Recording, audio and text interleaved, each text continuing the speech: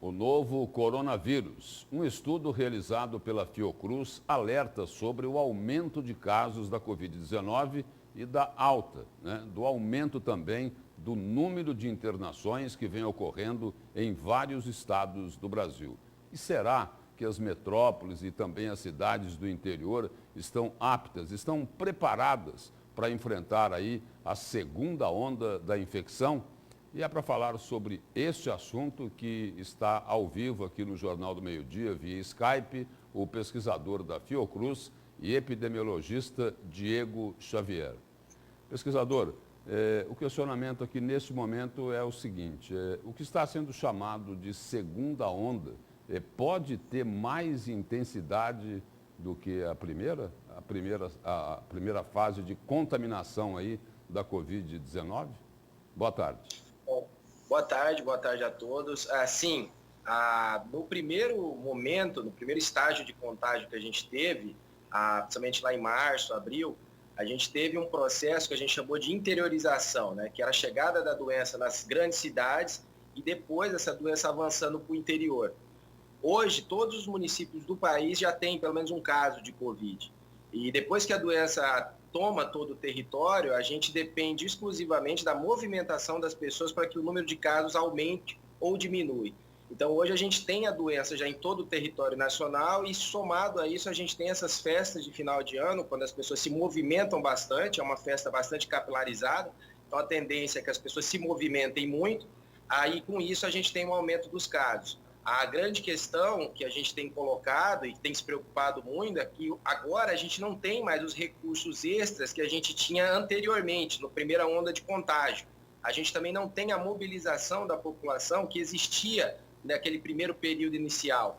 A gente também tem umas equipes de saúde extremamente exaustas, dado que estão desde março acompanhando esse processo epidêmico.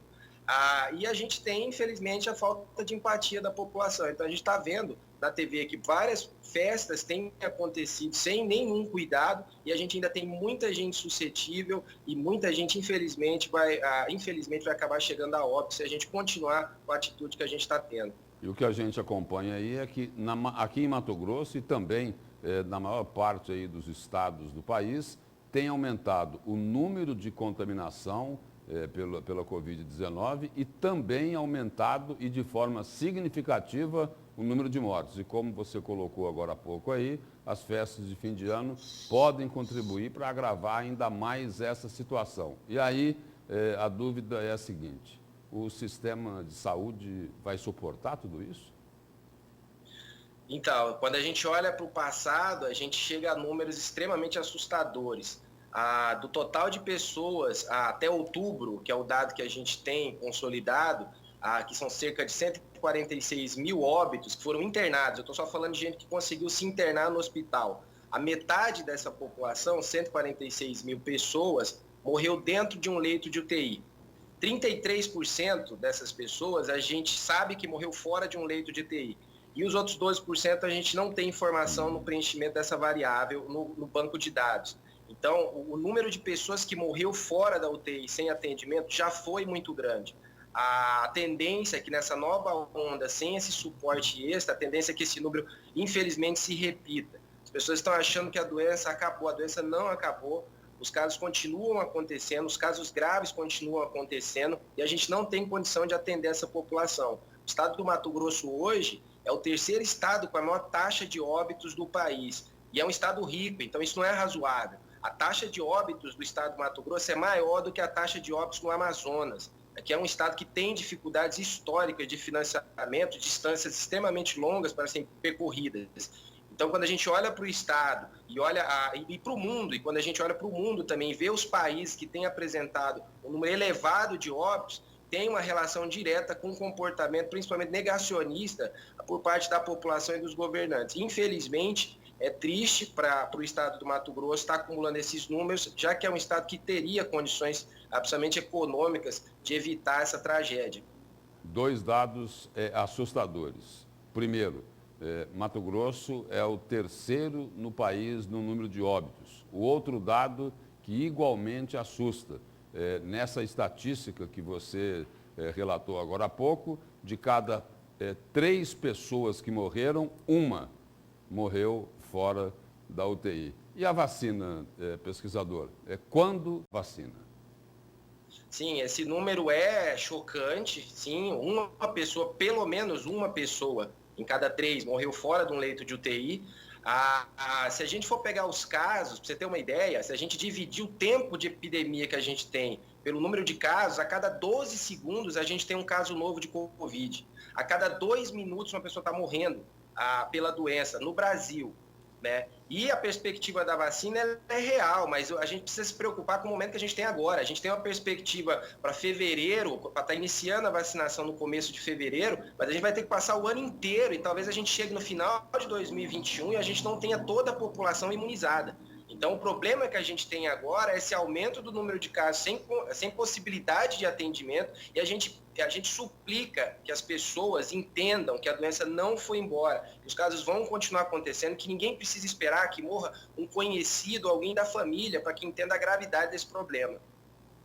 E sobre a questão da vacina, o que é que a população pode esperar? Será que começa a ter a vacinação no final de janeiro, fevereiro?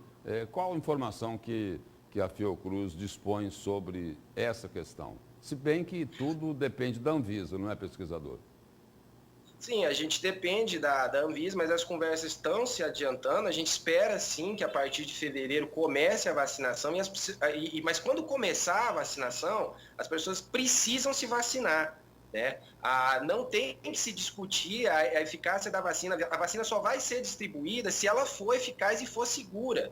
A gente tem passado por esse debate com boa parte de pessoas negando a vacina e achando que não é possível que tenha se construído uma vacina em tão pouco tempo. Primeiro, a gente não partiu do nada. A gente já tinha uma plataforma pronta para as outras epidemias que a gente teve de SARS e MERS na década de 2000. Então, a gente já tinha, e são vírus parecidos com o corona, então a gente já tinha essa plataforma estruturada. Segundo, a gente teve uma parceria a nível global. Vários laboratórios, vários pesquisadores do mundo inteiro estão conversando para poder desenvolver essas vacinas. É por isso que também aumentou essa velocidade para a produção da vacina. E terceiro, financiamento.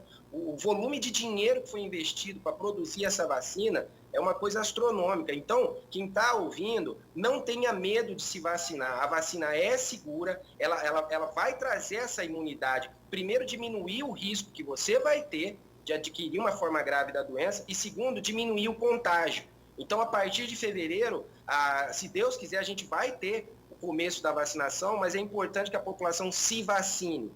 Porque se a população não se vacinar, não adianta ter vacina. E até que a vacina chegue, é importante que se mantenham os cuidados, porque se você não tiver vivo, você não tem como tomar vacina.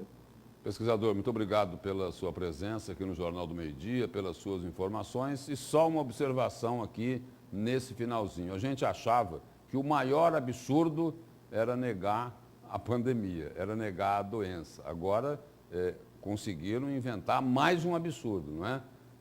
Ao negar a vacina, estão querendo negar a cura, não é? Muito obrigado pela sua participação aqui. Eu que agradeço. Boa tarde.